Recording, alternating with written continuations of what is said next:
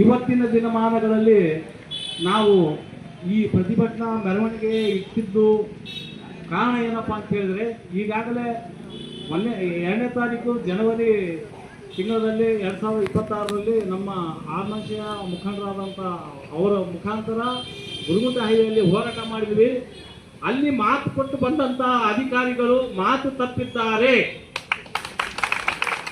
ಅಲ್ಲಿ ಮಾತು ಕೊಟ್ಟು ಬಂದಂತ ಸಹಾಯಕ ಆಯುಕ್ತರು, ತಹಸೀಲ್ದಾರರು, ಅರಣ್ಯ ಅಧಿಕಾರಿಗಳು ಮಾತು ಕೊಟ್ಟು ತಪ್ಪಿದ್ದಾರೆ. ಅಂದ್ರೆ ದಾರಿ ತಪ್ಪಿದ ಅಧಿಕಾರಿಗಳು ಇವರು. 1964ರ ಕಾಯ್ದೆ ನಮ್ಮನ್ನು ಹೇಳಕ್ ಬರಬೇಡ್ರಿ ನೀವು ಅರಣ್ಯ ಅಧಿಕಾರಿಗಳೇ. 2006ರ FAR ಆಕ್ಟ್ ಬಗ್ಗೆ ನಮ್ಗೆ ಚೆನ್ನಾಗಿ ಗೊತ್ತಿದೆ. ನಾವು ಯಾವ ರೀತಿ ಅರಣ್ಯ ಹಕ್ಕು ಕಾಯ್ದೆಯ ಮುಖಾಂತರ ಹೋರಾಟ ಮಾಡಿ ಆ ಭೂಮಿಯನ್ನು ನಮ್ಮ ಪರಿಶಿಷ್ಟ ಜಾತಿ ಮತ್ತು ಪರಿಶಿಷ್ಟ ಪಂಗಡದ ಹಿಂದುಳಿದ ವರ್ಗದ ಬಡ ರೈತರಿಗೆ ಯಾವ ರೀತಿ ಭೂಮಿಯನ್ನು ಕೊಡಿಸ್ಬೇಕಂತ ಹೇಳಿದ್ರೆ, ನಮ್ಮ ಪ್ರಮುಖ ಕಾಮ್ರೇಡ್ ಆರ್ ಮಾನ್ಶೇವನವರು ನಮ್ಮ ಜೊತೆಗೆ ಇದ್ದಾರೆ. ನಾವು ಗೆದ್ದೇ ಗೆಲ್ತೀವಿ. ನೀವು ಸಾಮಾನ್ಯವಾಗಿ ನೀವು ಇವರು ಹೋರಾಟ ಮಾಡ್ತಾರ, ಹೋಗ್ತಾರ, ಬಿಡು ಕೇಳೋದಿಲ್ಲ ಅಂತೇಸಿ ಮರುಗುಂಪಿನಲ್ಲಿ ನಿದ್ದೆ ಮಾಡಕ್ ಹೋಗ್ಬೇಡ್ರಿ. ದಯವಿಟ್ಟು ಈ ಒಂದು ಭಾಗದಲ್ಲಿ ಗುರುಗುಂಟ ಹೋಬಳಿಯ 34 ಗ್ರಾಮಗಳ ಅರಣ್ಯವಾಸಿಗಳ ಪರವಾಗಿ ಅರಣ್ಯ ಹಕ್ಕು ಸಮಿತಿಗಳು ಪ್ರತಿಯೊಂದು ಪಂಚಾಯತಿಗೆ ಸಂಬಂಧಪಟ್ಟ ಹಳ್ಳಿಯಲ್ಲಿ ಅರಣ್ಯ ಹಕ್ಕು ಸಮಿತಿ ರಚನೆ ಮಾಡಬೇಕು.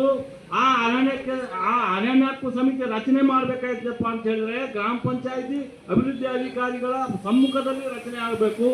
ಅದಕ್ಕೆ ಪ್ರೋತ್ಸಾಹ ಕೊಡಬೇಕಾದಂತ ಸಮಾಜ ಕಲ್ಯಾಣ ಅಧಿಕಾರಿಗಳು ಇವರಲ್ಲಿ ಭಾಗವಹಿಸಬೇಕು. ಸಮಾಜ ಕಲ್ಯಾಣ ಅಧಿಕಾರಿಗಳನ್ನ AC ಸಾಹೇಬ್ ಇಲ್ಲಿ ಕರೆಸಬೇಕು, ಅರಣ್ಯ ಅಧಿಕಾರಿಗಳನ್ನ ಇಲ್ಲಿ ಕರೆಸಬೇಕು, ತಾವು ಇರಬೇಕು, ತಹಸೀಲ್ದಾರರು ಇರಬೇಕು. ಅಲ್ಲಿವರೆಗೆ ನಾವು ಈ ಧರಣಿಯನ್ನು ಮುಂದಕ್ಕೆ ಒಯ್ಯೋದಿಲ್ಲ. ಇಲ್ಲಿ ನಿಮ್ಮ ಕಾರ್ಯಾಲಯದಲ್ಲಿ ಕುಳಿತುಕೊಳ್ಳುವುದಿಲ್ಲ, ನಿಂತೆ ನಮ್ಮ ಧರಣಿಯ ಕಾರ್ಯಕ್ರಮವನ್ನು ನಾವು ಮುಂದುವರಿಸ್ತೀವಿ.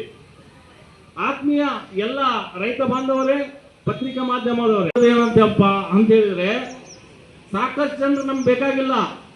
ಬೀಸಕಲ್ನಾಗ ಜೋಳ ಹಾಕಿ ಬೀಸಿದ್ರೆ ಇಟ್ಟು ಬರೋದು ಖಾತ್ರಿ. ಆದ್ರೆ ಬೀಸಕಲ್ನಾಗ ಉಳಿಯೋದು ಏನಪ್ಪಾ ಅಂದ್ರೆ ಗಟ್ಟಿ ಜೋಳ. ಅಷ್ಟು ಗಟ್ಟಿ ಮಂದಿ ನಾವು ಇಲ್ಲೇ ಇದೀವಿ. ನೀವು ತಿಳ್ಕೊಂಡ್ರಿ ಸಾವಿರಾರು ಮಂದಿ ಬೇಕಂತೇಳಿ. ನಾವು ಇಷ್ಟೇ ಮಂದಿ ಸಾಕು. ಯಾವ ರೀತಿ ಹೋರಾಟ ಇನ್ನು ನಾವು ಮುಂದಿನ ವಿಚಾರ ಏನಾದಪ್ಪ ಅಂತ ಹೇಳಿದ್ರೆ, ಈ 14 ದಿವಸದೊಳಗ ರೈತರನ್ನ ಕರೆದು ನಿಮ್ಮ ಇಲಾಖೆಗೆ ಸಂಬಂಧಪಟ್ಟಂತ ಸಹಾಯಕ ಆಯುಕ್ತರು, ತಹಸೀಲ್ದಾರರು, ಸಮಾಜ ಕಲ್ಯಾಣ ಅಧಿಕಾರಿಗಳು, EO ಸಾಹೇಬರು, ಇವರು ಅಧಿಕಾರಿಗಳ ಸಮ್ಮುಖದಲ್ಲಿ ನಮ್ಮ ಎಲ್ಲ ರೈತರನ್ನ ಕರೆಸಿ ನೀವು ಸಭೆ ನಡೆಸಿ ಮುಂದಿನ ಕಾರ್ಯಕ್ರಮನ ರೂಪಿಸಿಕೊಡ್ಬೇಕಂತ ನಾವು ತಮ್ಮಲ್ಲಿ ಕೇಳ್ಕೊಳ್ತಾ ಇದ್ದೀನಿ. ಒಂದು ವೇಳೆ ಆ ರೀತಿ ಈ ವಾರದಲ್ಲಿ ಮಾಡದೇ ಇದ್ದಲ್ಲಿ ಆಗಸ್ಟ್ 14ನೇ ತಾರೀಕಿಗೆ ನಾವು ಧರಣಿ ಹೂಡ್ತೀವಿ ಅಂಬೇಡ್ಕರ್ ಸರ್ಕಲ್ನಲ್ಲಿ.